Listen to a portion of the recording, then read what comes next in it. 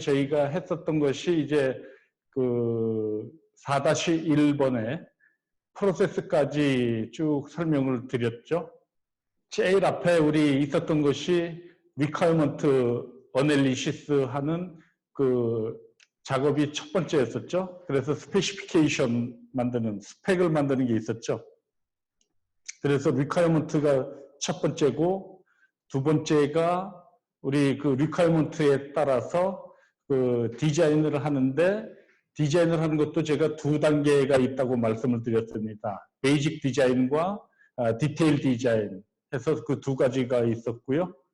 디자인을 하고 나면은 그 설계한 것에 대해서 이제 우리가 구현하는 작업으로 넘어가는데 임플리멘테이션이라고 얘기하죠.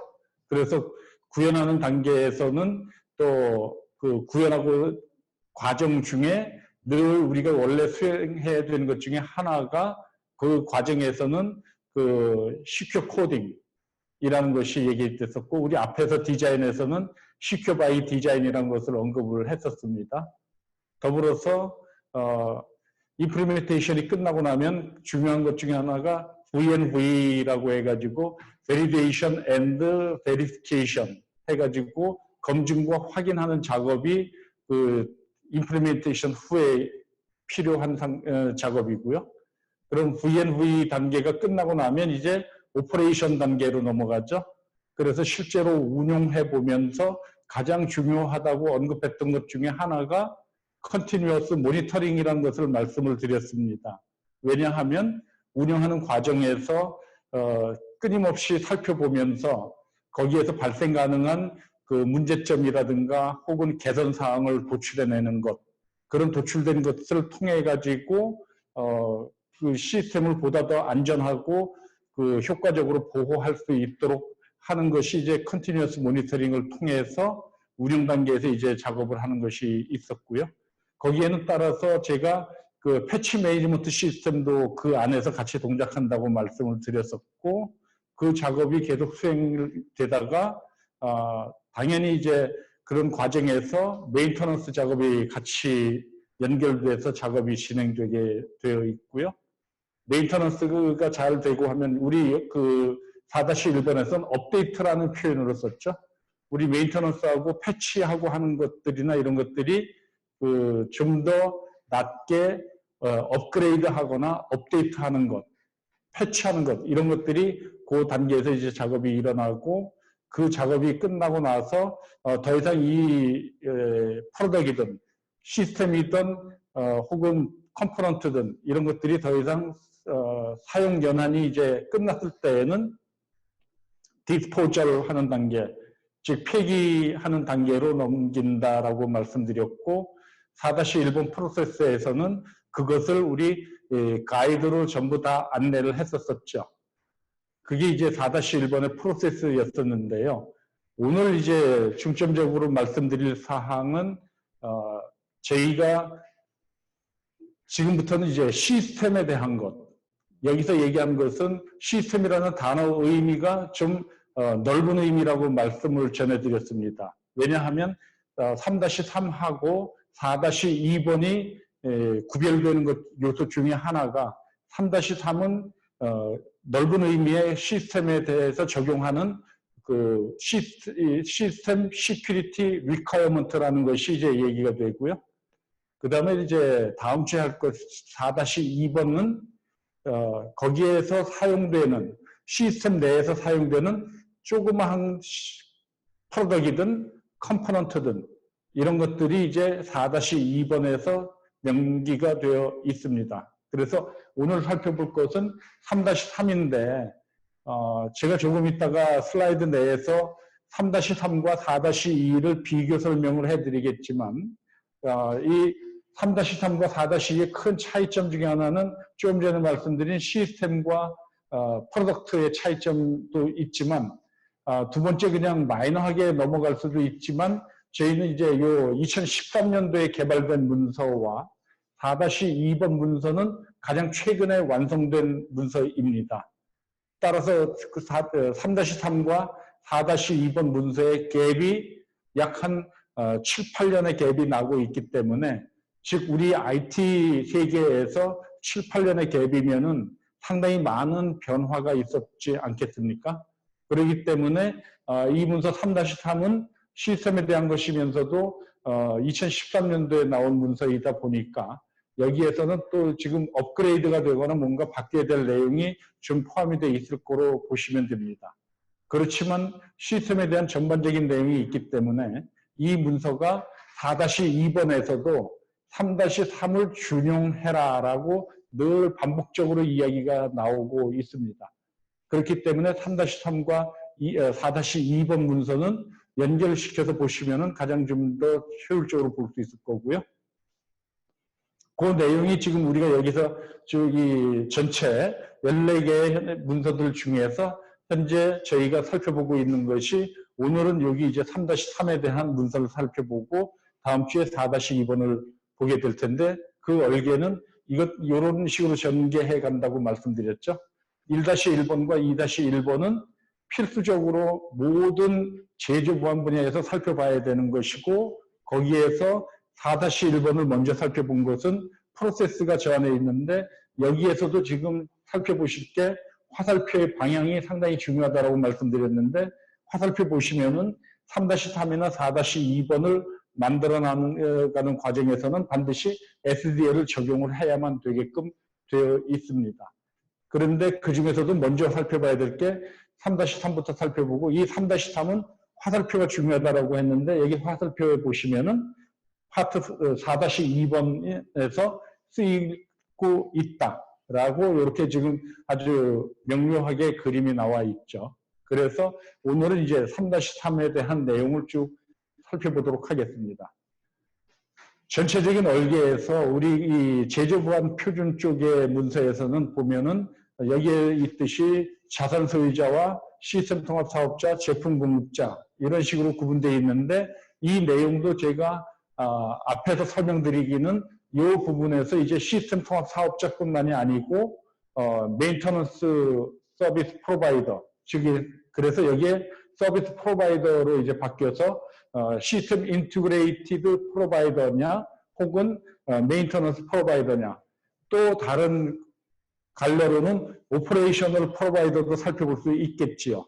운영도 대행할 수 있기 때문에 그런 쪽에 이제 나눠지는데 큰 얼개로는 에셋 오너인 자산 소유자와 그 다음에 이제 SI 사업자나 메인터넌스 사업자 그리고 이제 제품 공급자 이렇게 그 갈래를 살펴볼 수가 있는데 그 중에서 제품 공급자에 해당되는 것이 이제 개발에는 4-1번 문서가 적용되면서 거기에서 사용되는 여러 개의 컴포넌트에 대해서는 4-2번 문서가 적용이 되지만 이런 것들이 제품으로 구성돼서 결국 시스템에 포함이 되는 거다. 그래서 아까 제가 시스템에 의해서 넓은 의미의 시스템이다라고 말씀드렸고 그 명명은 3-3번 같은 경우에는 이제 오토메이션 솔루션이라고 해가지고 자동화 솔루션에 해당되는 것은 그 3-3에서 커버한다. 이렇게 보시면 되고 이 3-3은 큰 의미에서는 이 전체를 살피는 것도 얘기가 되겠습니다만 이 전체라는 것은 그 안에 여러 개의 서브 시스템들이 포함돼서 존재할 수가 있게 되겠죠. 그런 여러 개가 존재할 수도 있고 혹은 그 중에 어느 하나만이 타겟팅이 될 수도 있고요. 그런 것들을 일컬어서 여기서는 이제 시스템이라고 얘기를 하고 있다. 그렇게 전체적인 그 얼개를 살펴보시면 될 겁니다. 지난 시간에도 제가 목차를 갖다가 전체 한번 일목요연하게 정리를 해 보았습니다만은 이번에도 그 목차를 보면은 누차 반복적으로 말씀드렸던 것들과 같이 1장 1절, 2절, 3절 이 부분은 어떠한 제조보안 표준 문서들을 봐도 다 같은 패턴입니다. 그런데 이게 제조보안 표준에서만 이런 게 아니고 모든 국제 표준 문서들은 다 이런 얼개를 갖고 있다라고 생각하시면 됩니다. 다만 여기서 이제 얘기되는 것은 이 문서가 목적이 뭐냐. 그래서 그 스콥이 정확하게 나와 있고 대상과 목적과 범위 이것이 여기 스콥에서 이야기가 되어 있고 또 이 문서에서 아주 유용하게 활용을 해야 되는 레퍼런스 문서. 그래서 우리 국제표준 문서를 번역할 때는 노모티브 레퍼런스라는 단어를 저 뒤에 나오는 그 부록에 나오는 레퍼런스와 구별을 해서 여기는 인용표준이라고 이야기를 하게 됩니다. 그래서 인용표준이 나와 있는데 저 인용표준은 이 문서 내에서 같이 반드시 읽어보고 살펴봐야 된다라고 말씀을 드렸었고요. 또한 거기에 이 문서 내에서 언급되는 용어나 약어나 혹은 정의 이런 것들에 대해서는 3절에서 소상하게 언급이 되어 있고요. 더불어서 이제 4절에서는 해당 문서에 대한 기본적인 이제 프린서플이라든가 혹은 여기서 얘기되듯이 CCSS라고 하는 Common Control System Security에 대한 요소가 여기 4절에서 설명이 됩니다. 그래서 전반적인 이 3-3 문서 내에서 필수적인 그 역량 혹은 기능에 해당되는 것이 설명이 되어 있고요. 그러면서 이제 공통적인 그런 그 대응 방안 이런 것들이 언급되어 있고, 그리고 이제 최소한도의 권한 이런 것들이 요 4절에서 프린서플 스타일로 여기에 언급이 되어 있습니다.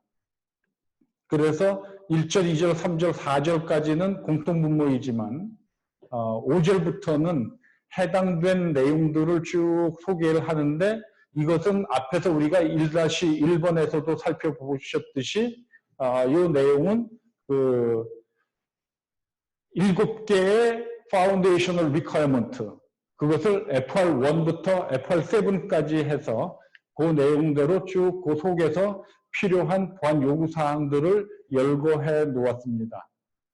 그래서 첫 번째 이제 5절에서 보면은 FR1을 소개를 하게 되는데, 그 소개되는 패턴도 7개의 그 파운데이셔널 리퀘어먼트 내 동일한 양식, 유형으로 언급이 되어 있습니다. 그래서 각 절에서 보면은 소절에서 보시면 첫 번째 요 FR1에 해당된 거, IAC에 해당된 그 purpose, 목적과 그것에 대한 기본적인 그 설명, 그 다음에 요 FR1 IAC에 대한 근거, 더불어서 그 이후부터는 이제 거기에 해당되는 security requirement, 시스템 security requirement 각 항목들이 주르륵 연계가 됩니다.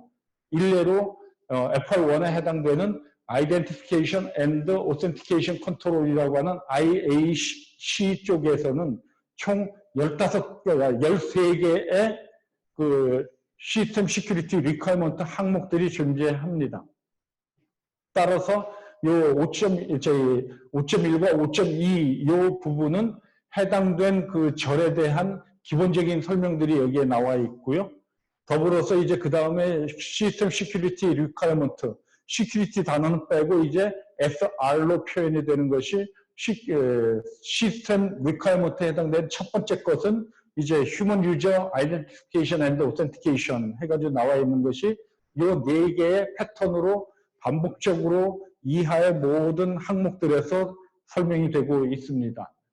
그래서 그 유형은 보시면 요 SR 1.1 항목에 해당되는 것에 그 우리 인간 사용자에 대한 그 IAC에 대한 내용, 그것에 대한 보안 요구사항이 첫 번째 나와 있고요. 이 보안 요구사항에 대한 근거와 보충 지침이 이제 두 번째 설명이 되어 있고, 세 번째로는 이 세 번째나 네 번째, 세 번째가 있을 수도 있고 없을 수도 있습니다. 네 번째는 시큐리티 레벨이니까 필히 나와 있지만, 이 세 번째 항목에 대한 것은 강화된 보안 요구사항이 존재할 수도 있고 없을 수도 있습니다.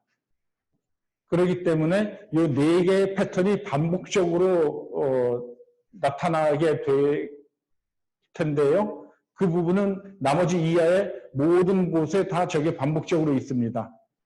그런데 아이러니하게도 이 표준을 만드는 사람들도 사람이기 때문에 실수를 합니다.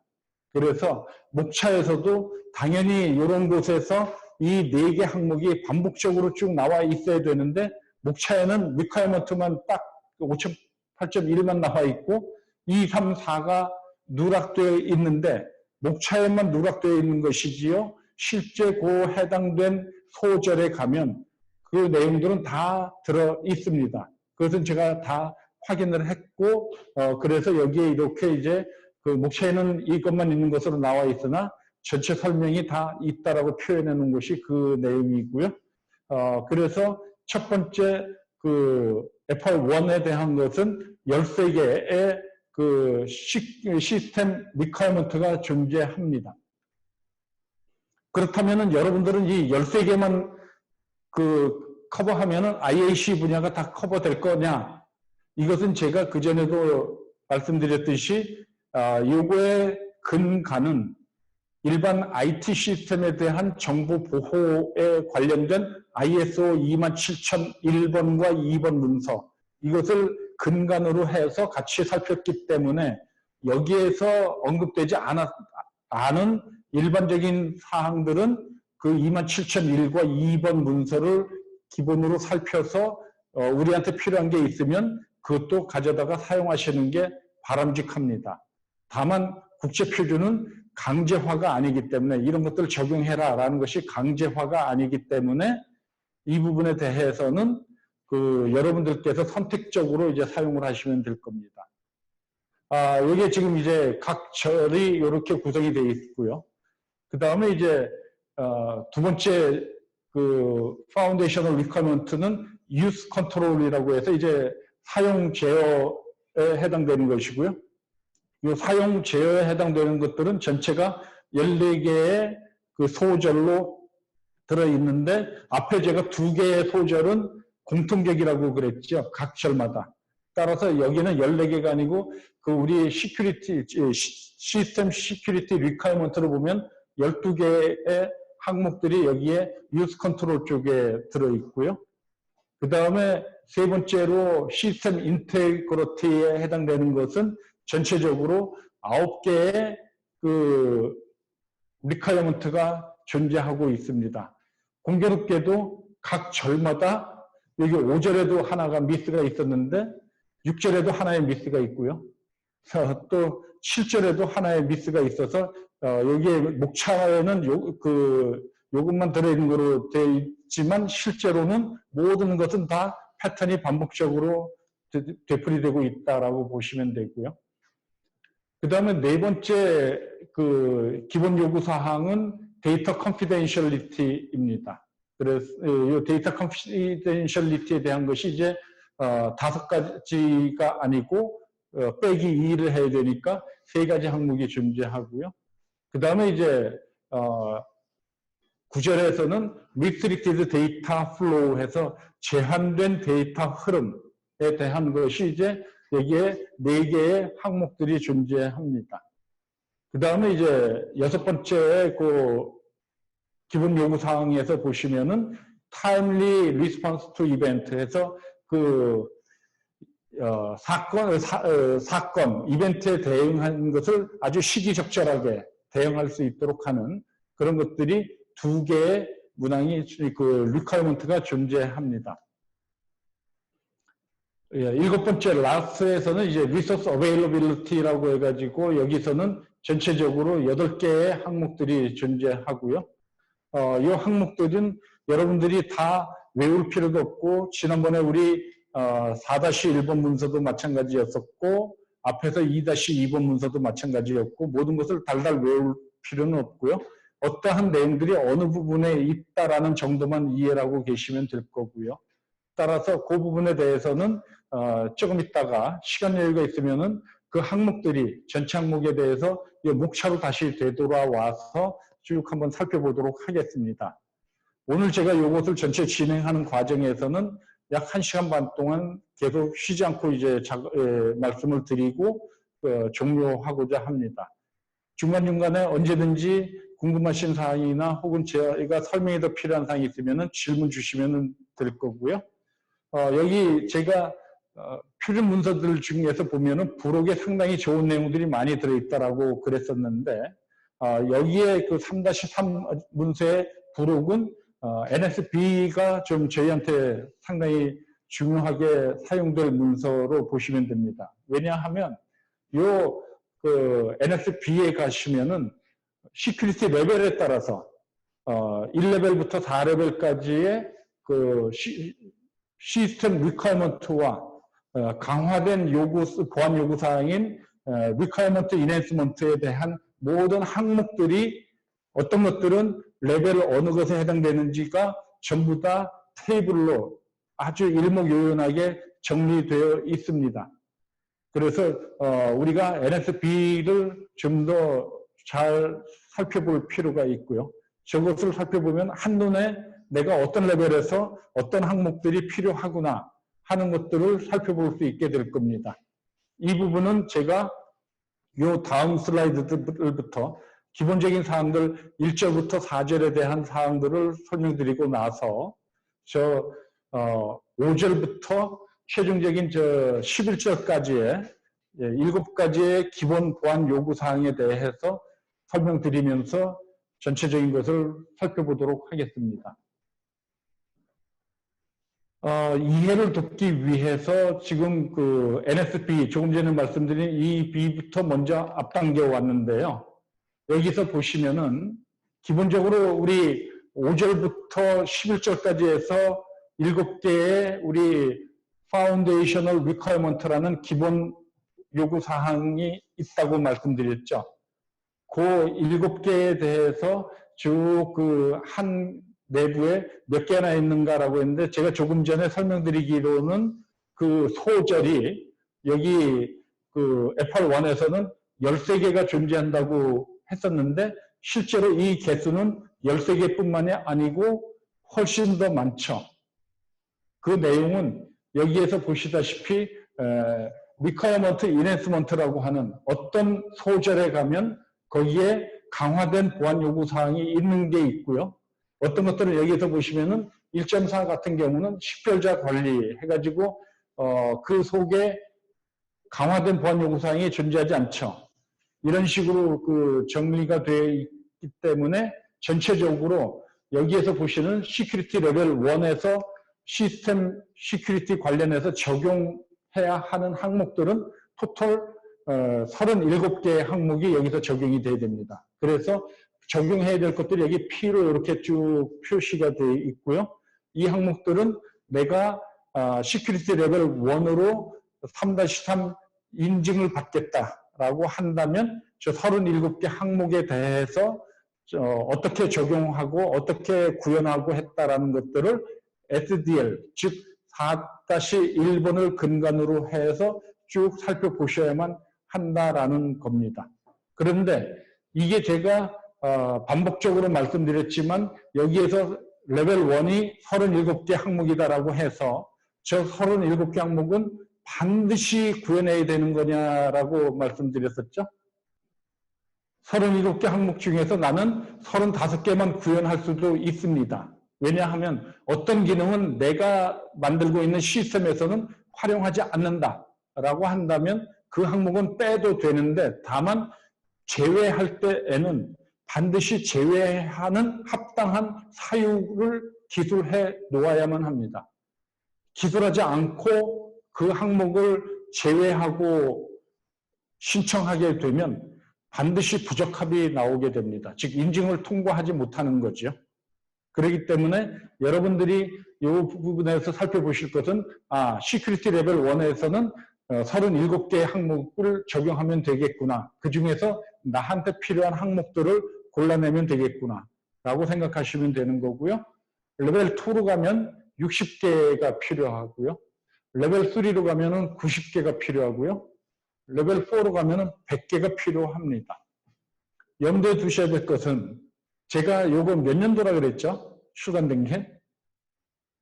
2013년도. 그러면 제가 국제표준 문서는 보통 완성되는데 평균 4년 걸린다 그랬죠? 그렇다면 시작은 언제 했을 것 같아요? 2013년 버전이면? 그럼 2009년 이전에 시작을 했다는 얘기이고 2009년에 존재하는 기술을 가지고 만들어진 겁니다. 그러니까 최첨단을 달리는 것은 아니고 그 당시에 가장 필요하다라고 생각되는 항목들이 정리가 된 것이고요. 따라서 이것은 그런 맥락으로 살펴보시면 되는 것일 뿐입니다. 여기에 또 이 항목별로 또 좀 더 잘 설명되어 있는 것 중에 하나가요.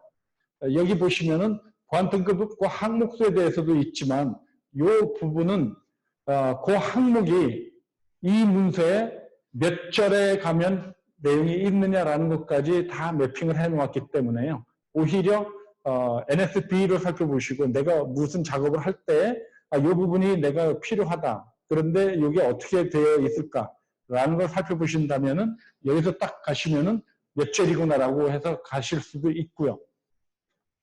또 하나 잘 만들어진 그 표준 문서들은 MSDT에 따라서 개발이 되었어요. 그 목차를 딱 찍으면 바로 그 목차로 점프합니다. 그렇기 때문에 목차에서 내가 해당되는 곳을 찾아가고 싶으면 거기를 클릭하면 그냥 바로 그 해당된 절로 점프를 하는 기능들이 다 내재되어 있기 때문에 그거로 찾아다니시면 될 거고요. 그래서 전체적으로 살펴보면 이렇다. 이번에는 요거 제가 3-3이 몇 년도 버전이라고 그랬죠? 2013년. 4-2번은요. 가장 최근 문서입니다. 그래서 2019년입니다. 그러니까 갭이 제가 7, 8년 있다 그랬죠?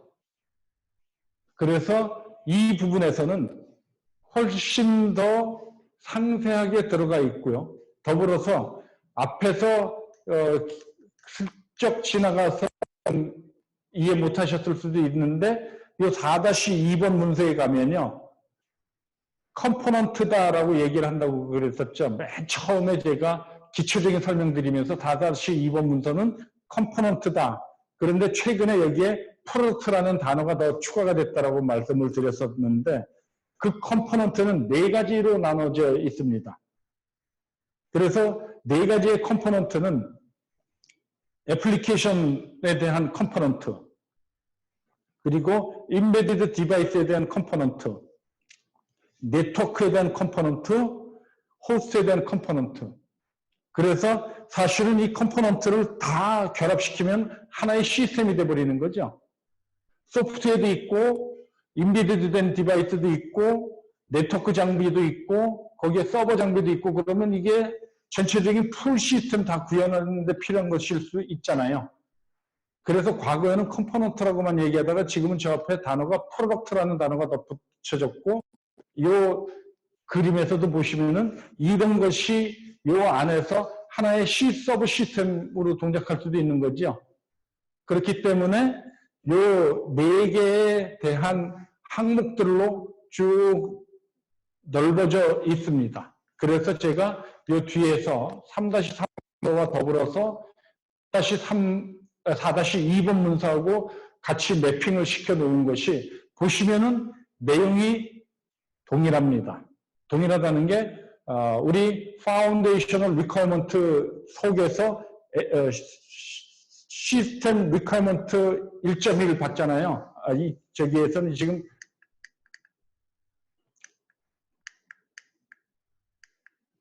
여기서 Foundational Requirement 1에서 보시면 시스템 Requirement 1.1을 보셨죠? 4-2번 문서에 가면요. 여기에 시스템 리퀘어먼트 1.1이 이 앞에 단어가 C로 바뀝니다.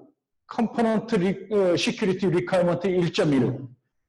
그 코드 명칭만 시스템에서 컴포넌트로 바뀌는 상황으로 가면서 얘가 지금 연도가 당겨졌죠.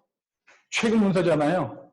그러니까 여기에는 과거에 없었던 새로운 기술들이 이미 태동됐기 때문에 또 필요한 게 4가지의 컴포넌트를 살펴보기 때문에 그 요소들이 여기에 다 확장이 되어 있습니다.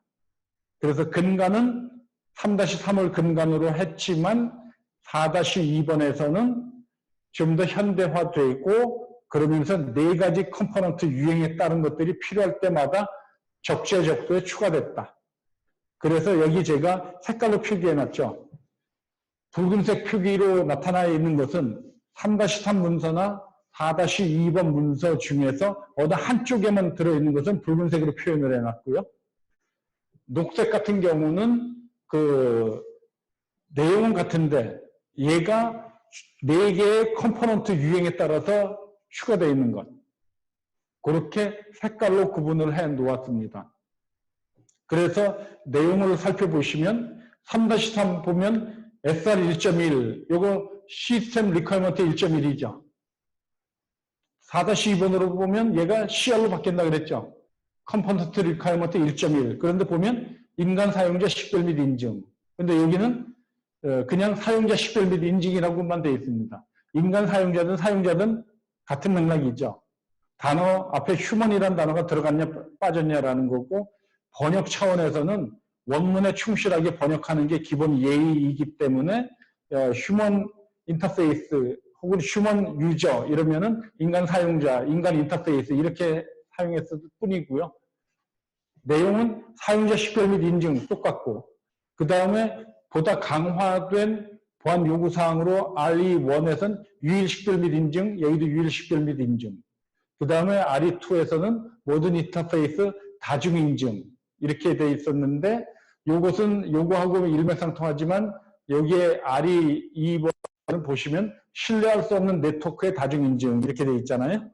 그런 약간의 미묘한 차이점들만 존재하는데 전체적인 체계에서 보면 3-3에서만 있는 경우는 극히 드뭅니다.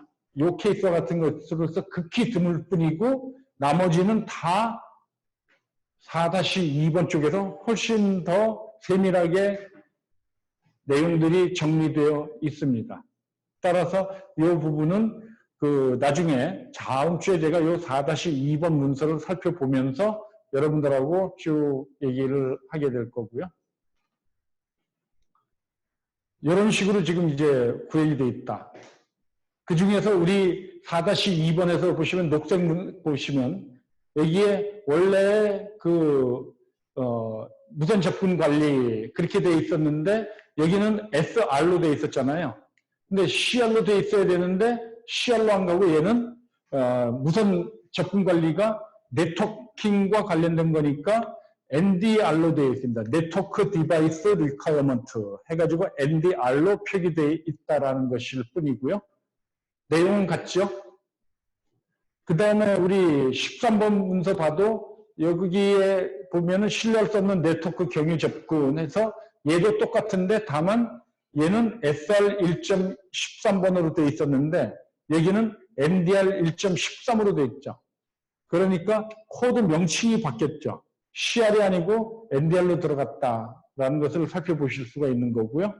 이 내용 같은 거 보면 빨간색 같은 경우는 여기 시스템 리퀘어먼트에는 13개만 있다고 그랬었죠.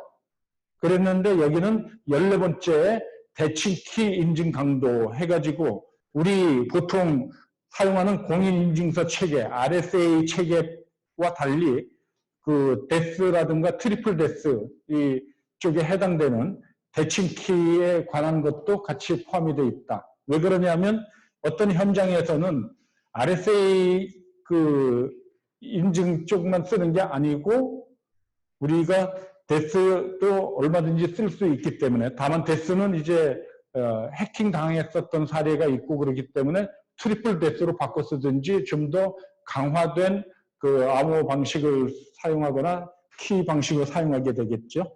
그 차이인데 어쨌든 CR 1.14번으로 해가지고 추가가 됐고 거기에 Enhanced Requirement로 또 추가가 되어 있는 게 존재하더라. 이렇게 양쪽에 3-3과 4-2번의 차이점을 살펴보시면 될 거고요. 이 사항은 다음 주에 제가 4-2번을 하면서도 다시 한번 리뷰하면서 살펴볼 예정입니다.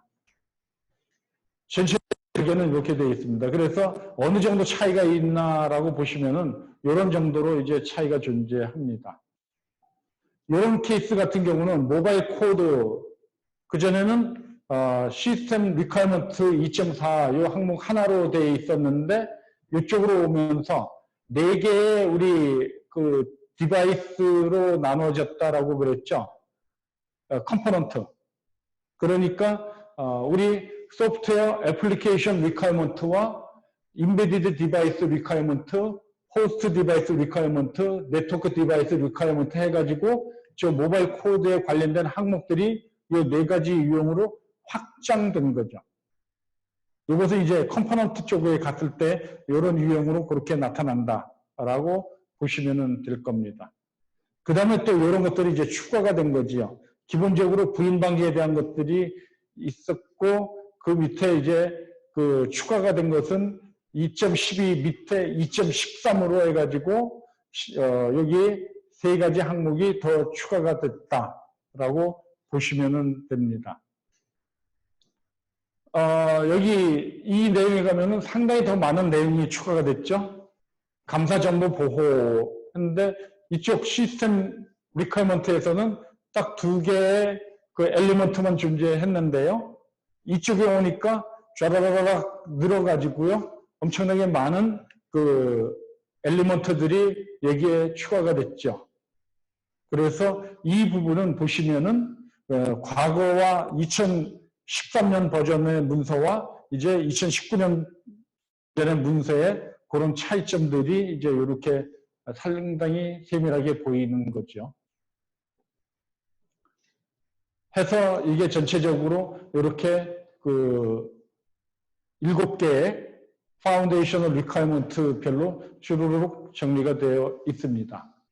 그렇다면은 앞에서 제가 여기서 시스템 리퀘어먼트 쪽에서 보안 수준 1, 2, 3, 4가 37개, 60개, 90개, 100개 이렇다라고 말씀을 드렸는데요. 저게 4-2번에 따로 나오는 것들을 살펴보시면요. 레벨 1만 48개, 레벨 2가 뭐 70개, 레벨 3가 거의 98개, 레벨 4가 122개 정도가 컴포넌트 쪽에서 따로 나옵니다. 그런데 2개가 시스템과 컴포넌트가 매핑이 되죠. 따라서 어떤 것들은 컴포넌트 쪽의 항목을 적용하면은 끝날 수도 있는 거고요. 소규모 시스템 내에서는. 그런데 이게 와이드한 넓은 의미의 시스템이다라고 하면은 SR과 CR을 다 같이 적용해서 살펴보셔야만 될 겁니다. 여기까지 이해가 되셨나요? 이게 3-3과 4-2번의 차이점과 더불어서 2개에서 나오고 있는 리퀘어먼트들, 보안 요구사항에 대한 큰 그림을 설명드린 겁니다. 여기까지 이해하셨으면 사실은 3-3과 4-2번 문서는 다 이해하신 거와 같습니다. 속에서 항목들이 어떤 것들이다라는 것들은 구체적으로 이제 설명들이 나오겠지만 그 내용들은 암기하실 필요 없고 그런 항목들이 있겠구나라고 하는데 내용을 살펴보시면은 끄떡끄떡 하실 내용들이 줄기차게 반복적으로 설명이 됩니다. 여기까지 이해를 하셨으면 이제 보실까요?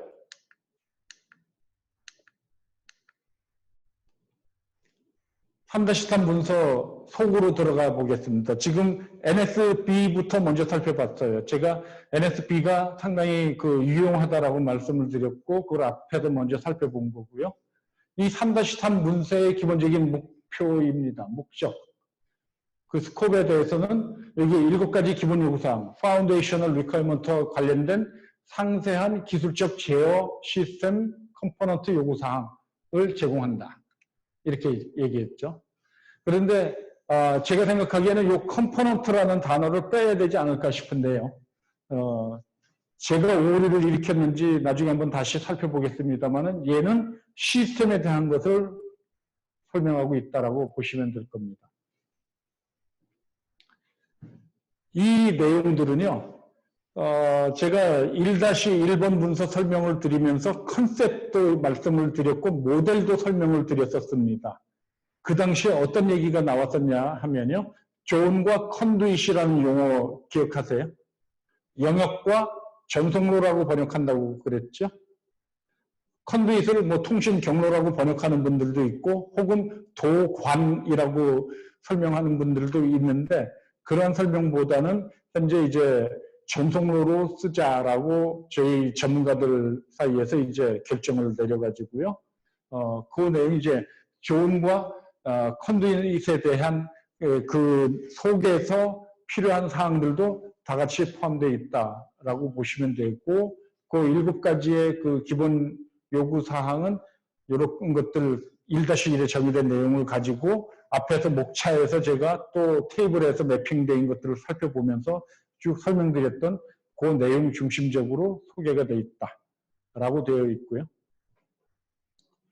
이 사항은 시큐리티 레벨에 대해서 제가 앞에 4-1번을 말씀을 드리면서 혹은 2-1번 속에서도 있었는데요. 시큐리티 레벨에 대해서 우리가 커피시티, 역량과 혹은 T, 타겟과 혹은 A, 우리가 수행 가능하냐, 이 3개의 용어를 사용한다라고 말씀을 드린 적이 있습니다.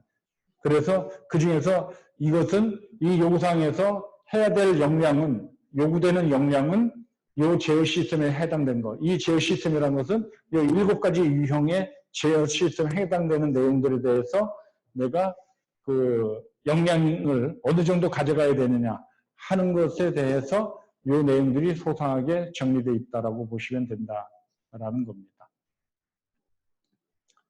그래서 여기 보시면은 대상, 그 시큐리티 레벨에 대한 거, 1, 2, 3, 4 레벨에 대한 거, 그 다음에 시큐리티 레벨에 대한 그 타겟에 대한 거, 혹은 아카이브에 대한 거, 수행하는 거, 그 다음에 C, 이런 것들이 이제 해당된 내용들이 쭉 소개가 되어 있다라고 보시면 되고요.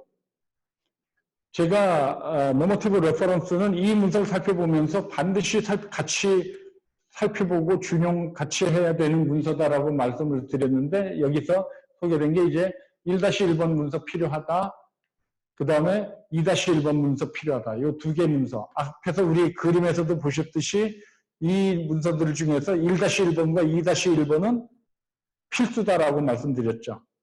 그렇기 때문에 이 2개가 이 문서에는 늘 같이 따라서 살펴봐야 된다라고 소개가 되어 있는 거고. 용어에 대해서 A서부터 Z까지 이 문서에서 중점적으로 사용되고 있는 용어들에 대해서 쭉 정리를 해 놓았습니다. 그래서 그 내용들을 한번 살펴보시면 되고요.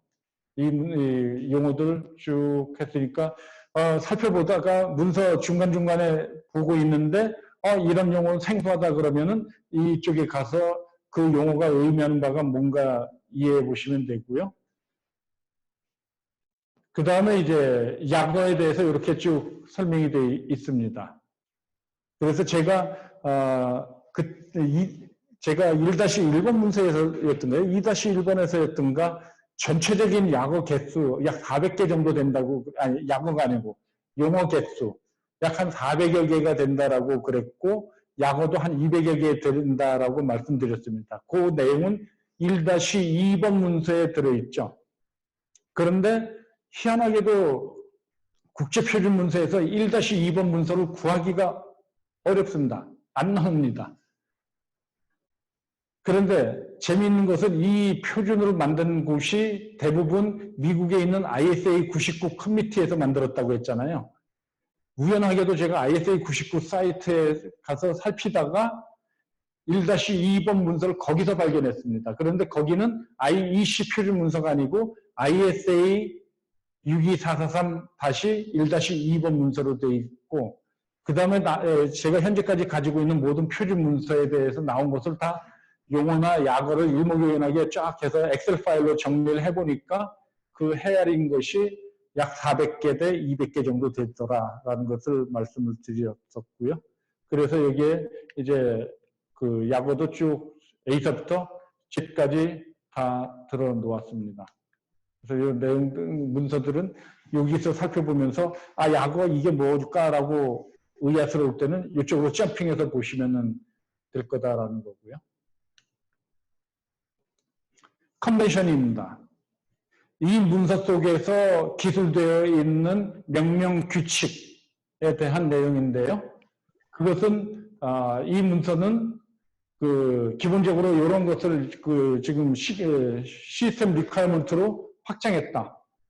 1-1번 문서에서는 우리가 파운데이셔널 리퀘어먼트로 7가지의 기본 보상을 쭉 나열할 거다라고 선언을 해놓고 그 7가지 요구사항 내에서 각각의 요구사항들로 어떤 사항들이 엘리먼트로 쓰일 거냐라는 것들이 주로로 확장되어 있다라고 보시면 되고요.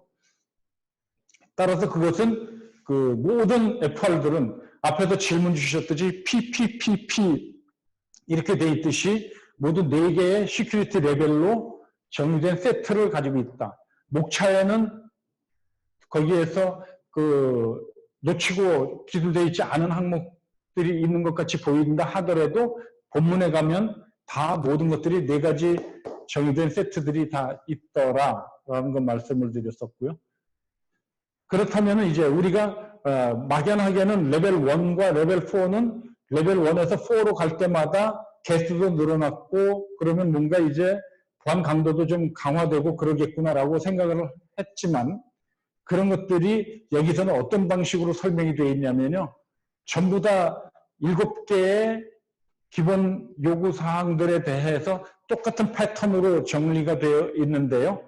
다만 그 7개의 보안 요구사항들에 대한 이슈, IAC면은 I, 인증과 A, C, 요거에 대한 것들이잖아요.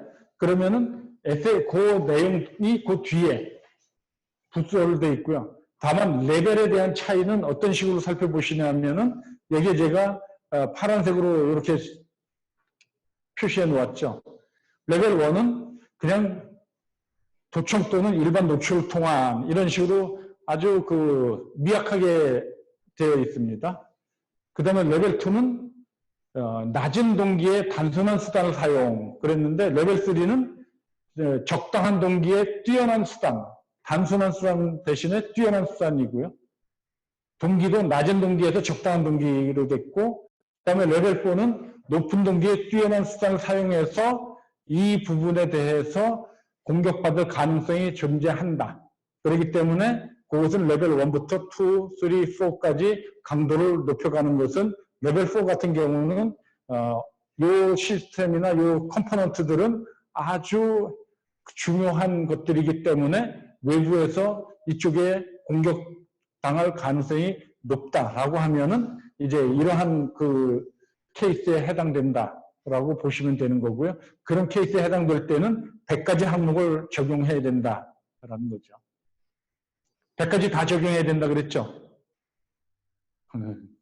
아니죠. 100가지 중에서 나한테 필요한 사항들만 골라내면 된다 그랬습니다. 다만 골라내되 필히 제외된 것들은 상세하게 내가 왜 제외해야 할 수밖에 없었는지에 대한 설명이 따라붙어 있어야 됩니다. 그러지 못하면 그 인증은 통과되지 못한다라고 말씀드렸죠. 자, 그래서 이 3.3절까지 보시면은 기본적으로 이런 유형으로 되어 있다라는 걸 소개해 드렸고요. 4절에서는 전체적인 보안을 확장하는 데 필요한 표준 자료를 이 4절에서 얘기하는데 그것은 이제 필수 기능에 해당된 거. 그 필수 기능은 여기 보시다시피 HSE를 이제 기본적으로 깔고 들어갑니다. HSE라는 것은요, 헬스, H, S, 세이프티, 안전, E, environment, 환경, 즉 건강과 안전과 환경에 대해서 기본적으로 통제할 수 있는 그러한 것들은 필수다. 이렇게 되어 있습니다. 그 다음에 문서 속에 들어가서 살펴보다 보면은 비고, 노트라고 되어 있는 부분들이나 혹은 좀 더 상세하게 설명되어 있는 그 요구사항들을 속에 가보시면은 이런 가령 IAC라는 이 접근 통제하는 항목 혹은 UC, 유스 컨트롤, 사용 통제하는 항목 쪽에서 보안을 요구하기 위해서 실제적으로 현장에서 운용되는 시스템이나 어떤 그 안전 개장 시스템이나 이런 것들에 대한 기능을 방해해서는 안 된다라는 것들이 곳곳에서 명기되어 있습니다.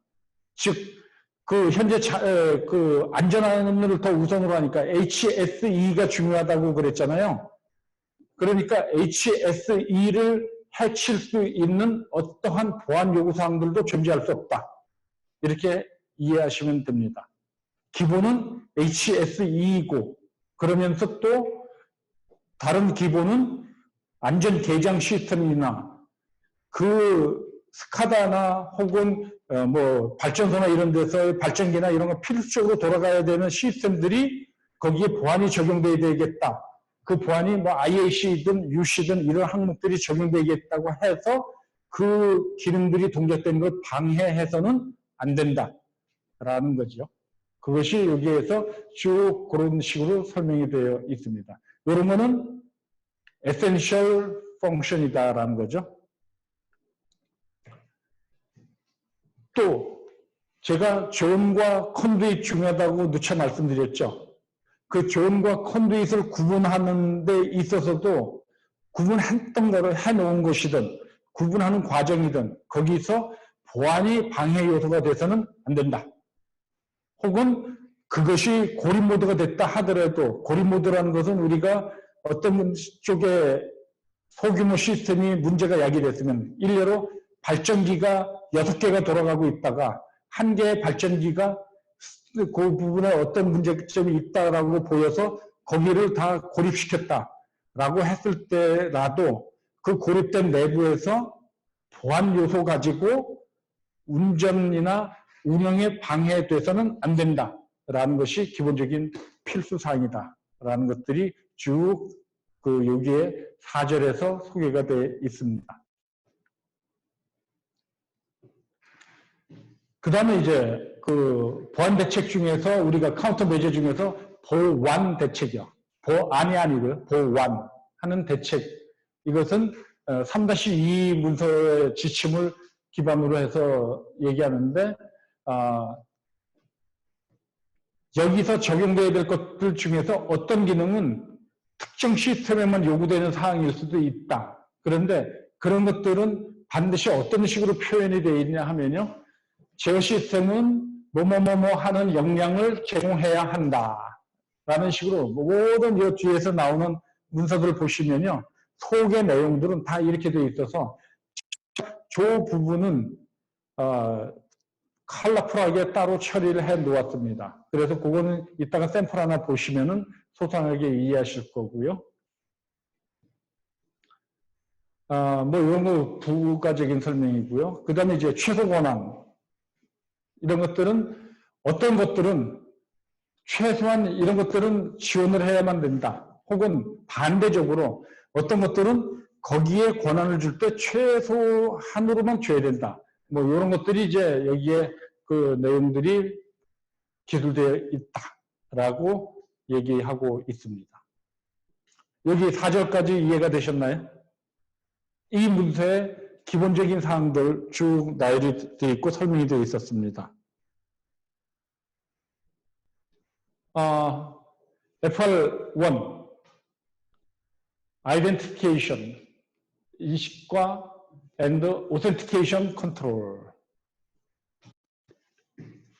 식별과 인증 뭐 식별이라고 얘기할 수도 있고 여러 가지로 이제 단어 표현할 수도 있지만 어쨌든 그 Identification and Authentication Control 우리 줄여서 이걸 보시면 IAC로 코드를 줄여서 씁니다. 그래서 제일 첫 번째 인간 사용자 식별 및 인증이라는 것들이 되어 있고요. 이 부분은 당연히 나와 있어야 되는 거죠. 그런데 제가 현장에서 이렇게 살펴보니까 상당히 많은 그런 그 시스템이나 디바이스들에서 사용자 식별 및 인증을 느슨하게 하거나 아예 없는 경우가 다반사였습니다. 여기에 뭐 저기 보안을 전문으로 하는 분들도 계시고 그러지만 혹은 그냥 그 우리 이쪽 스카다류나 혹은 그 시스템 쪽을 다루는 분들도 계신데 우리 보안 전문가나 해커들이 사용하는 쇼단이라는 툴 있죠. 해킹 도구. 쇼단 가지고 한번 해보십시오. 제가 어떤 강연 자료를 만들기 위해서 쇼단 가지고 우리나라 제품을 체크해 보기에는 조금 그래가지고 슈나이더 일렉트릭이라고 유명한 이쪽 스카다류나 PLC류 생산하는 다국적 기업이 있는데요. 그 슈나이더 일렉트릭의 PLC 모델 하나, 아주 광범위하게 사용되는 모델 하나를 딱 찍어가지고 쇼단으로 해서 이 모델에 대해서 그 디폴트 패스워드가 들어있는 것들, 안 들어있는 것들, 혹은 손 안 댄 것들, 이런 것들을 쭉 찾아보니까요. 얼마나 나온지 아세요? 국내에서도 나오고요. 나중에 한번 살펴보십시오. 정말 엉뚱할 정도로. 따라서 이게 1번으로 가는 것 지극히 저는 합리적이라고 봅니다. 그래서 사용자 식별 및 인증하는 거 첫 번째 있고, 두 번째 소프트웨어 프로세스, 식별과 인증에 소프트웨어도 마찬가지로 식별 및 인증이 돼야 되고 디바이스도 식별 및 인증이 돼야 되겠다. 제가 우리 이것은 IEC62443 시리즈에 대한 거니까 OPC-UA 얘기 거의 꺼내고 있지 않지만요. 제조 보안에서 또 사용되어야만 하는 것이 OPC-UA 쪽이 이제 어플리케이션과 밑에 로우 레이어까지 해서 다 그 데이터의 트랜스페어런시를 위해서 써야만 되는 상태인데요. 그 OPC-UA 쪽에서는 기본적으로 암호화 인증을 가져갑니다. 그러면서 암호화 인증을 가져갈 때 그 인증에서 써라라고 되어 있는 것이 우리 사설 인증서, 공인증서는 사라졌으니까요. 그래서 X.509 PKI를 써라. 이렇게 되어 있습니다. 그렇듯이 우리 디바이스와 소프트웨어에 대한 그 식별과 인증도 필수적이다.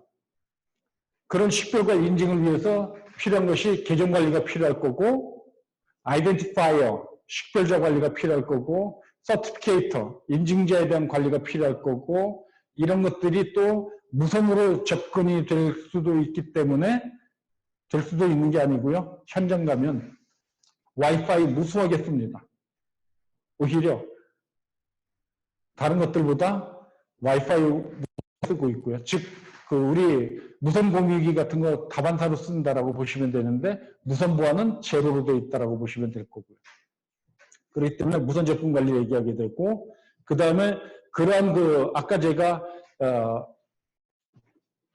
강화된 보안 요구사항, 이것의 하나의 이그젠플로 얘기 드렸듯이 패스워드 기반 인증 강도와 그 다음에 PKI 인증 강과 PKI 인증 강도, 그러한 것들에 대한 피드백이라는 것은 그 인증서가 폐기됐는데 계속 유지되고 사용되면 안 되죠.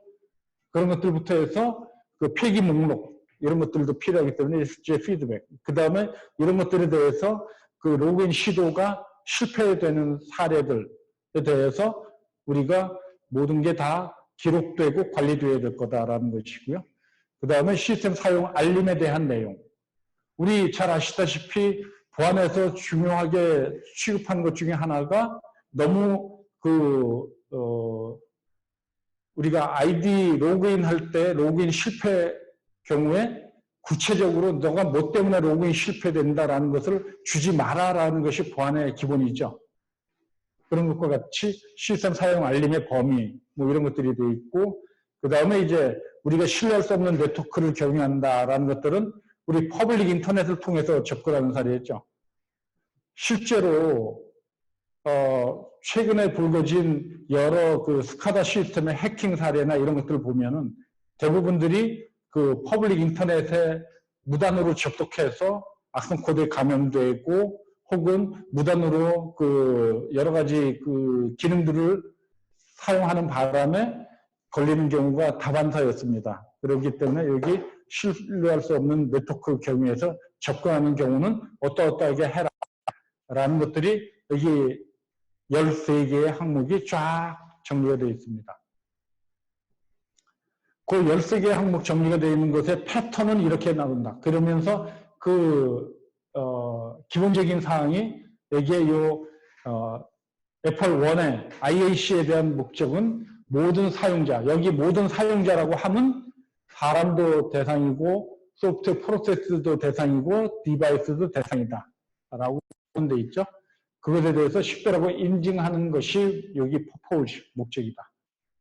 그 내용들 중에서 레벨로 나눈다면 이런 레벨이다. 아까 제가 이러한 설명으로 쭉 그 일상적인 또는 우연한 의도하지 않은 때에 걸리는 거, 이건 레벨 1 정도 약한 거지만 단순한 수단 사용하는 거 혹은 정교한 수단 사용하는 거, 아주 그 높은 동기의 정교한 수단 사용하는 거, 이런 식으로 좀 더 레벨의 강도가 높아져 간다라고 말씀드렸는데 그 뒤에 단어가 달라진다라고 했죠.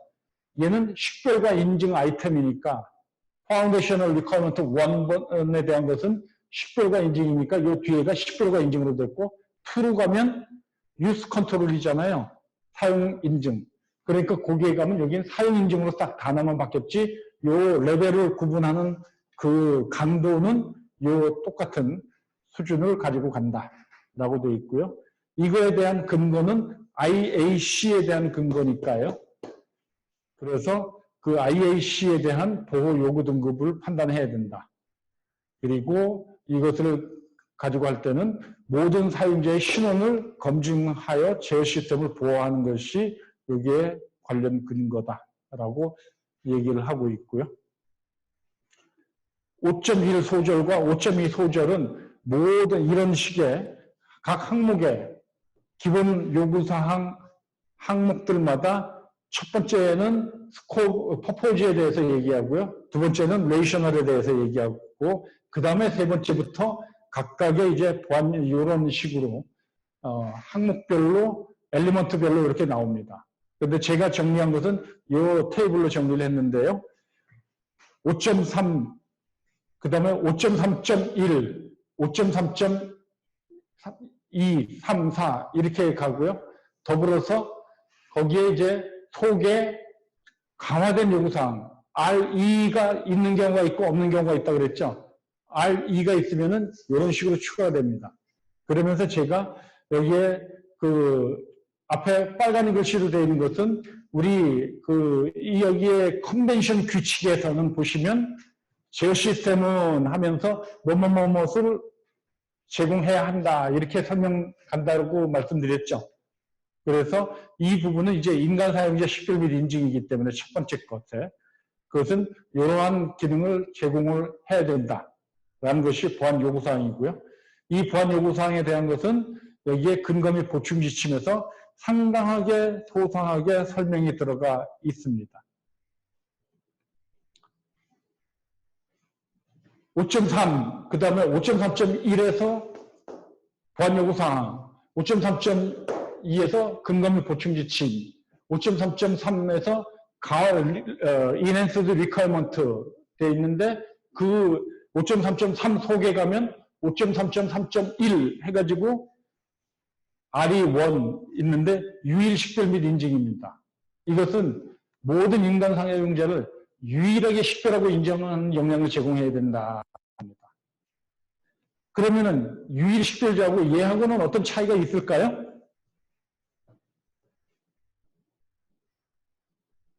당연히 차이가 있죠. 이쪽에서는 유일하게 식별을 안 될 수도 있죠. 그 다음에 두 번째 강도를 보면 여기는 비신뢰 네트워크의 다중인증. 그러니까 얘는 유일 식별자를 가지고 인증을 하는 역량을 제공해야 되는데 얘는 이번에는 비신뢰 네트워크, 이거 퍼블릭 인터넷 통해서 접근하는 사례죠. 그럴 때 다중 인증을 해야 된다. 그러니까 인증 강도가 세지는 거죠.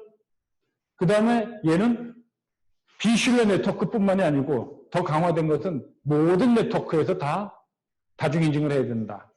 그런데 이 구분이 이렇게 기본적인 그 보안 요구사항이 있고 여기에 강화된 보안 요구사항이 있는데 레벨 1에서는 여기가 레벨 1이죠? 레벨 1에서는 얘만 쓰면 된다. SR 1.1만 쓰면 된다. 레벨 2에서는 SR 1.1과 더불어서 얘도 써야 된다. RE1도 써야 된다. 얘는 2도 써야 된다. 얘는 3도 써야 된다. 이렇게 가는 거죠. 레벨에 따라서. 이해가 되시나요? 아까 제가 여기 오면은 그 P가 빠져 있는 거, 이런 것들이 구분된다고 했는데, 이 다음 페이지 보죠. 얘는 쭉 건너뛰었는데, 이거 제가 100개 다 작성해 갖고 있지만, 100개 다 설명드릴 필요 없다라고 말씀드렸죠. 이런 상태와 좀 더 다른 상태를 한번 볼까요? 다른 상태 한번 보시면, 이거는 강화된 요구사항이 없다 돼 있죠? 없음이잖아요.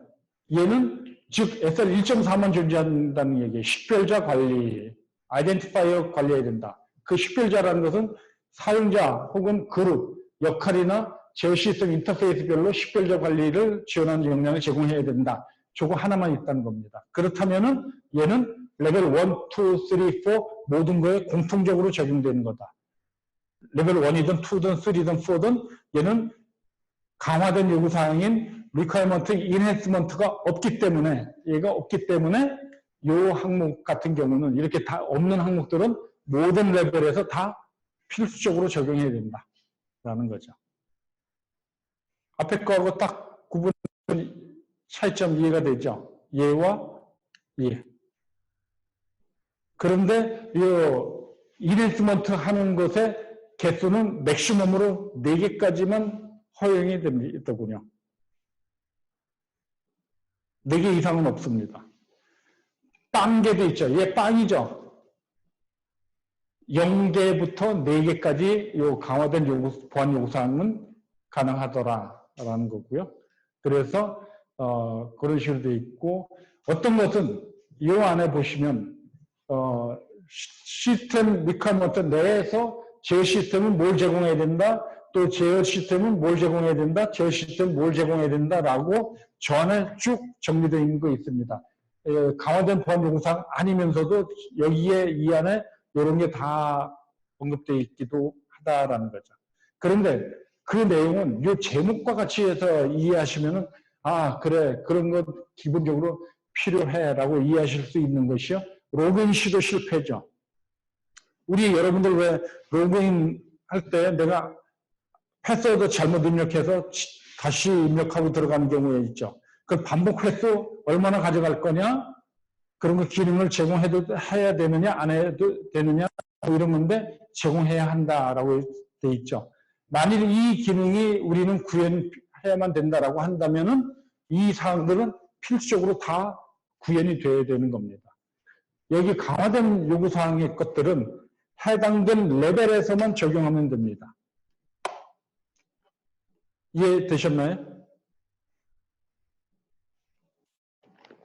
차이점이요. 제가 나중에 이 문서를 보실 때 그 필요한 사항들, 차이점들을 소상하게 설명드린 거고요.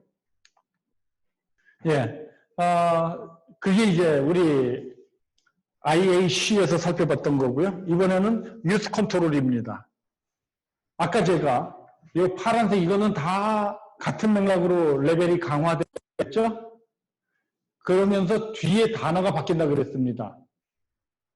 뭐라고 단어가 바뀌냐면 여기는 사용을 제한한다. 그러니까 유스 컨트롤이잖아요.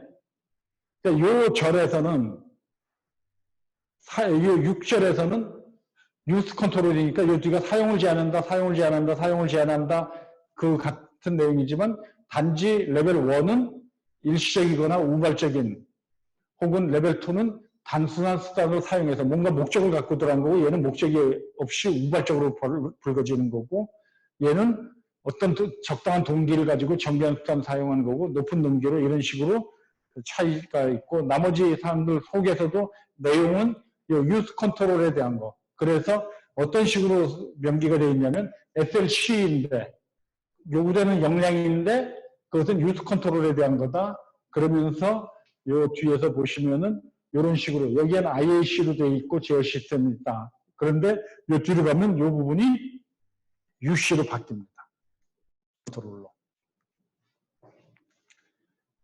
해서 여기 유스 컨트롤에서 사용 통제하는 쪽에서는 당연히 이제 첫 번째가 접근 권한을 부여하는 거, 레벨에 따라서 접근 권한 부여하는 거, 무선 사용을 통제하는 거, 사용할 수 있다 없다, 뭐 어느 한계까지 사용할 수 있다, 뭐 이런 것들이고, 또 휴대용 및 모바일 장치, 우리 그 USB 잘 쓰죠? 실제로 여러분들도 현장에서 개성 코드에 감염되고 당하는 경우에 대부분은 USB에서 불거집니다. 그렇기 때문에 휴대용 및 모바일 장치에 대한 거, 그 다음에 모바일 코드, 우리 앱 많이 쓰죠? 무수하게 앱 많이 나와 있잖아요. 그런데 그런 모바일 코드가 이제 여러 곳에 뿌려지는 그런 것들, 또한 사용할 때 우리가 자리를 뜨거나 그러면은 세션 잠금이 필요하게 되는 거고요. 마찬가지로 우리 스카다든 뭐든지 다 필요한 거고, 본격 세션 종료시키는 거, 일정한 시간이 지나면 리모트에서 접근한 것, 세션을 종료시키는 것, 그 다음에 동시 세션 제어하는 것, 감사 이벤트, 이런 거에 대한 오디팅 하는 그 이벤트, 그 감사 메모리 용량을 늘리는 거, 감사 프로세싱 하다가 실패할 때 어떻게 해라. 그 다음에 이런 것들에 대해서는 각각의 시각을 전부 기록을 해라. 타임스탬프 찍어라 라는 것. 그리고 이런 것들에서 부인 방지 못하도록 해라. 난 레피디에이션을 못하도록 해라. 하는 것들이 이 유스 컨트롤 안에 들어 있습니다. 그래서 그 유스 컨트롤의 첫 번째 그 사례를 보여드린 겁니다. 아까 제가 요거는 앞에서와 어떤 차이가 있나요? 이 부분에서 제가 뭐라고 설명드렸죠? 강화된 보안 요구사항은 4개까지만 된다, 있더라라고 그랬죠? 얘가 4개가 있는 사례입니다. 그래서 얘 2.1 기본적인 거 보안 요구사항이 있고요. 그 다음에 얘를 위해서는 여기서 보시면은 이제 그 조금 더 계속 강화되는 내용들이 4개까지가 있는데요. 레벨 보시면은 이 부분은 기본적인 보안 요구사항이라고 그랬잖아요. 그러니까 기본적인 보안 요구사항은 레벨 1에서 필수적으로 써야 되는 거고요. 그 다음에 레벨 2로 들어가면은 기본적인 요구사항 더하기 1과 2번을 써야 된다. 강화된 보안 요구사항. 3로 가면 거기에 3번이 추가가 돼야 된다. 4로 가면은 4번이 추가돼야 된다. 하는 겁니다. 그래서 강도가 계속 세지죠. 그래서 이쪽 그 강화된 보안 요구사항 쪽에 가셔도 마찬가지로 제어 시스템은 하고 뭐뭐뭐를 제공해야 된다라는 거로 해가지고 계속 강화돼 갑니다. 이게 시스템 리퀘어먼트라고 했는데요. 컴포넌트 리퀘어먼트라고 쪽으로 가면은 이 내용들이 어떻게 바뀌겠어요? 네, 정답입니다. 여기에 제어 시스템은 대신에 뭐라고 들어가겠어요? 컴포넌트는 으로만 바뀌고 제공해야 된다. 이렇게 됩니다. 여기는 지금 제어 시스템은 이렇게 되어 있잖아요. 얘가 시스템 리퀘어먼트니까. 그런데 4-2번 문서로 가면 컴포넌트로 넘어가기 때문에 컴포넌트는 해서 됩니다. 그 차이점만 존재한다라고 보시면 되고 속의 내용은 거의 동일한 스타일로 가더라. 다만 아까 4가지 컴포넌트 유형에 따라서 추가된 내용들이 존재하지요. 그러니까 그것만 차이점이 있다라고 보시면 될 거고요. 이것도 똑같은 패턴으로 갑니다. 제가 다만 내용이 여기는 이제 유스 컨트롤이었죠. 사용 통제였었는데 이번에는 시스템 인테그리티, 시스템에 대한 무결성. 마찬가지로 레벨 1, 2, 3, 4의 단어는 똑같습니다. 다만 뭐가 다르냐? 뒤에서 무결성을 보호한다 라고 해서 이제 그 내용들은 바뀐 거고요. 따라서 이 SLC에서는 무결성에 해당된 여기 시스템 인테그리티라고 되어 있죠. SI로.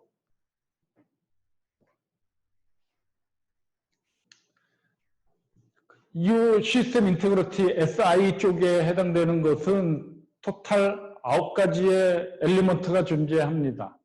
그래서 이 9가지는 그 시스템 인테그리티를 위해서 첫 번째가 통신 무결성 해서 커뮤니케이션 인테그리티가 나오고요. 그 다음에 두 번째가 악성 코드로부터, 그리고 이런 그 무결성에서 보안 기능을 검증하는 것, 소프트웨어 및 정보에 대한 무결성, 그 다음에 입력값 범위에 해당되는 것을 검증하는 것, 그 다음에 이제 결정론적 출력에 해당되는 것.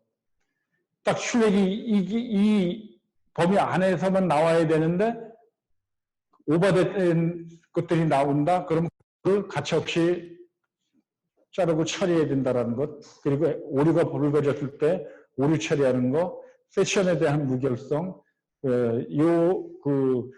우리 무결성과 관련된 오디팅, 요 내용들로 정리가 되어 있습니다. 마찬가지로 샘플을 보시면 이렇게 되어 있습니다. 그래서 요 항목들로 쭉 보시면 되고, 요 내용은 쭉 한번 이렇게 해야만 된다라는 내용들에 대해서 이제 근거 및 보충 지침에서 설명이 더 잘 되어 있는 내용들이고요. 네 번째입니다. 데이터 컨피덴셜리티. 인테그리티 얘기했고, 이번에는 컨피덴셜리티 얘기했죠. 당연히 그러면 암호 쪽 얘기 나오겠죠. 그러니까 이것은 마찬가지로 같은 상태인데 인가받지 않은 공개를 방지한다. 이렇게 돼 있고요. 그래서 이 내용들은 저장소에 저장된 데이터나 혹은 통신 채널 상에서 정보의 기밀성을 보장한다. 라는 거고요. 그 내용에는 기밀성, 지속성, 암호기법 사용 세 가지 항목이 들어 있습니다. 그래서 기밀성에 대한 거고요. 김정일이 아니고요. 요즘 김정은이죠. 이것은 제어 시스템은 유휴, at rest 또는 in transit, 전동 중인 것과 무관하게 명확한 읽기 인가가 지연되는 정보의 기밀성을 보호하는 역량을 제공해야 한다. 이건 기본이라 그랬죠. 기본 보안 요구사항이죠. 그 다음에 거기에 추가적으로 이런 것들 할 수 필요할 때 해야 한다. 그리고 이런 것들 읽어보시다가 보면은 이런 식으로 끝에 딱 5.7절, 지금 현재 8절 얘기하고 있잖아요. 5.7절 뭐였죠? 여기 있잖아요. 인증자 관리. 제일 첫 번째 우리 그 IAC에서 다섯 번째 거 항목에 인증자 관리. 그래서 그 SR 1.5 요 항목에서 요구되는 대로 패스워드 같은 인증 정보는 기밀로 고려되어야 하고 평문으로 적용되면 절대 안 된다. 이렇게 되어 있죠. 그럼 내가 이 기능을 구현해야 된다. 그러면은 저기에 얘기된 대로 저 기능을 제공해야만 하는데 그런 것은 이 항목은 1.5와 연관시켜서 같이 이제 살펴야 된다. 이런 식으로 설명이 들어 있습니다. 다섯 번째입니다. 제한된 데이터 흐름. 이거는 RDF로 적혀 있겠죠. 오타입니다. 데이터 컨피덴셜리티가 아니고요. 이거 업데이트 안 했네요. 여기는 RDF입니다. RDF. 이거는 존과 컨듀잇으로 분할해서 불필요한 데이터 흐름을 제한한다. 제가 존과 컨듀잇이 상당히 중요하다 그랬죠? 그래서 그 부분에 대해서 그 세그멘테이션 해야 되는 거고요. 네트워크 세그멘테이션. 구분 경계 영역을 잘 설정해야죠. 그 다음에 전송로에 대해서도 우리가 보호해 조치를 다 해야죠. 그래서 우리 전송로에서 보호 조치하는 것 중에 가장 많이 사용하는 것이 VPN 같은 기능 쓰잖아요. 물론 현장 가면 잘 안 쓰고 있지만요. 귀찮으니까. 스타일은 같습니다. 그래서 말씀드렸다시피 여기 RDF 쪽에서는 기본적으로 첫 번째가 네트워크 세그멘테이션 하는 거, 네트워크 분할을 하는 거고요. 두 번째, 그렇게 분할해 놓았을 때 존에 대한 경계를 보호하는 것. 바운더리를 다 커버해야죠. 그 다음에 이건 이제 P2P 그러면은 우리 피어 투 피어 생각하잖아요. 동등 관계를 생각하는데 여기 이제 범용 퍼슨 투 퍼슨입니다. 개인 대 개인 간의 통신 제한, 그 다음에 애플리케이션 분할에 대해서 있고요. 그래서 이 내용들 쭉 이제 마찬가지 컨셉으로 되어 있습니다. 여기에는 RDF로 고쳐놨는데 앞에 부분에서 안 고쳤네요. 그래서 왜 네트워크 분할 이런 거 보면 재미있는 설명 중에 하나가 눈에 띄던데 보니까 제 시스템으로부터 월드와이드 웹으로의 접근은 명확하게 저게 접근 가능하다라는 근거가 어딘가에 있어야지 허용하는 거지 없으면 절대 허용할 수 없다. 이런 얘기를 내포하고 있는 거죠. 여섯 번째입니다. Timely Response to Event. 이건 TRE죠. Timely Response to Event. 해가지고 그 이벤트에 대한 적절한 대응이죠. 그래서 sorry. 요거 카피 앤 페이스트 하면서 반복됐습니다. 다음번에 업데이트 할게요. 요거 이 내용이 아니고 적절한 상태에 그 대응을 해야 된다 하는 것들로 바뀌어야 됩니다. 그 TRE에는 두 개 항목이 존재합니다. 감사 로그 접근성과 지속적인 모니터링. 제가 앞에 오늘 첫 서두에서 컨티뉴어스 모니터링에 대해서 잠깐 언급하고 나갔었습니다. 우리 그 전체적인 프로세스 과정 중에서 그 운영 단계에서는 컨티뉴어스 모니터링을 한다라고 그랬잖아요. 예. 같은 맥락의 이야기이고요.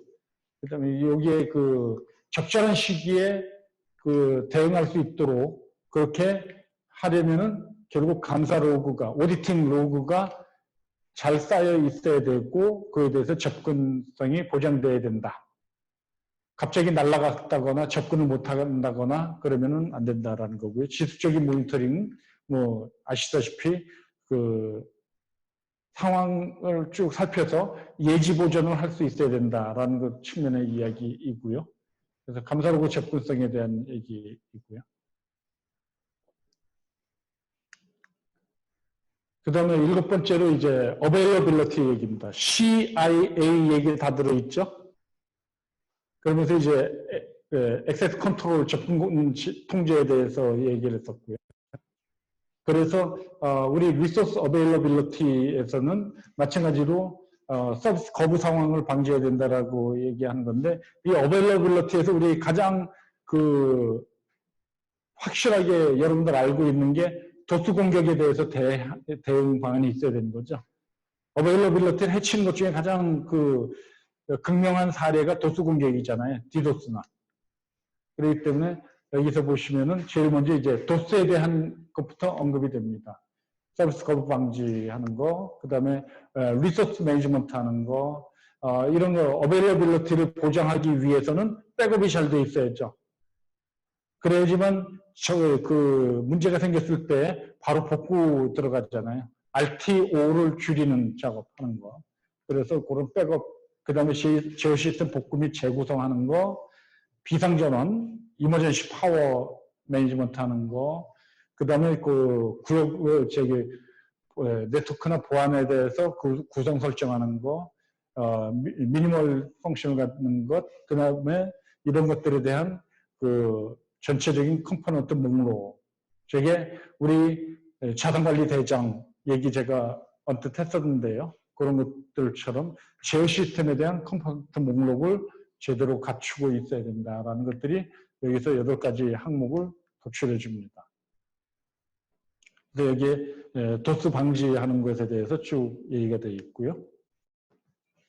브록에 가시면은 이 브록은 그닥 뭐 지금 아까 말씀드렸듯이 우리 그 존과 존 사이에서의 컨듀잇 이런 것들이 지금 중요하다라는 것들을 보여주고 있는 거고요. 그 그림이 좀 들어가 있고 그 시큐리티 레벨의 벡터가 적용돼야 된다라는 것들 들어가 있는 거고요.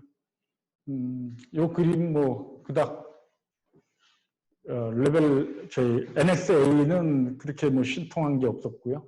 B는 제가 제일 앞에 서두에서 쫙 매핑된 거 살펴보았습니다. 예, 이상으로 해서 제가 아까 말씀드렸듯이 1시간 반 동안 이제 쉬지 않고 말씀드려서 여기 지금 3-3 문서를 전체적인 얼개와 더불어서 각각의 그 7개의 그 기본 보안 요구 사항들에 대한 내용들 중에 소개 항목들에 대한 흐름을 말씀드렸습니다.